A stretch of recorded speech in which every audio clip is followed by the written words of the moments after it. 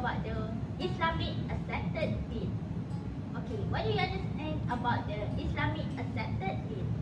Islamic accepted deed is the Sharia compliant to the equivalent conventional banker acceptance. What do you understand about the banker conventional acceptance? Conventional banker acceptance is an order to pay a specific amount of money to a bearer for a specific given date. Next, I will explain furthermore about the Islamic accepted deed. Islamic accepted deed was introduced in the year 1991. There are two types of the financing for the Islamic accepted deed, which are ABI. The first one is the import and the local purchases, and the second one is the export and the local sales. Okay. The purpose for the Islamic accepted deed ABI is to encourage and promote both domestic and foreign trade through the Islamic financing mechanism. Next, there are two examples of the Islamic accepted deed or ABI, which are buy al day, which is debt trading, and the second one is the murabaha, which is the cost plus. I am Syamimi Binti Azman, and I am the presenter number 2. Okay. Process of Islamic acceptance deed is customer or a buyer will act as an agent to the bank to purchase the goods on behalf of the bank. Then, the bank will pay the seller and resell back the goods to customer, but at deferred payment up to 365 days. Upon maturity, customer will pay back the bank with cost plus profit. Bank will trade the bill at the secondary market based on concept of al-day, which is debt trading. Okay, now we will move to the process of the Islamic acceptance deed. We will refer to this slide, which is first step is customer will choose the goods from the seller, and then the seller will sell the goods that customer choose to the bank, and then the bank will sell back the goods to the customer at a deferred payment. After that, bank will sell the bill to the third party at the secondary market.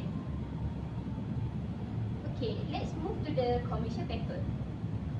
Islamic commercial paper or ICP is referred to securitization of the debt issued by corporate or corporation to fund their financial requirement in covering sale to purchase of the fixed asset. Assalamualaikum. My name is Amirah Binti Zulkifli. I am a third presenter. I will elaborate more about Islamic commercial paper. Islamic commercial paper issued based on the concept of murabaha. The maturity period is from 1 month, 3 months, 6 months and up to 1 year.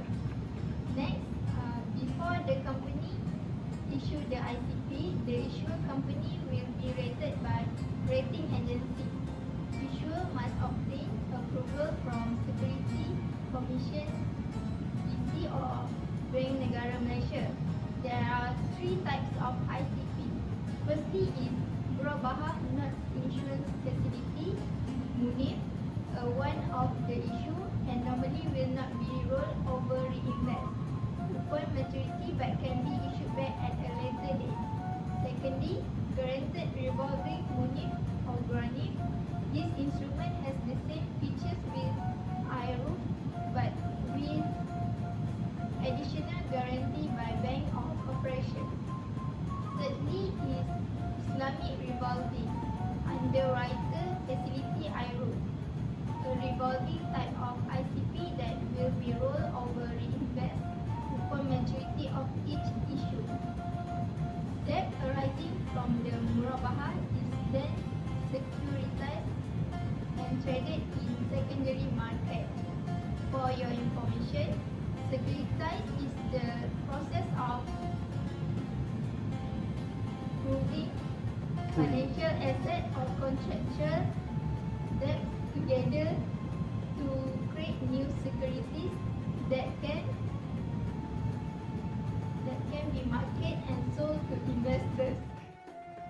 Hi, I am Hassan as your fourth presenter today.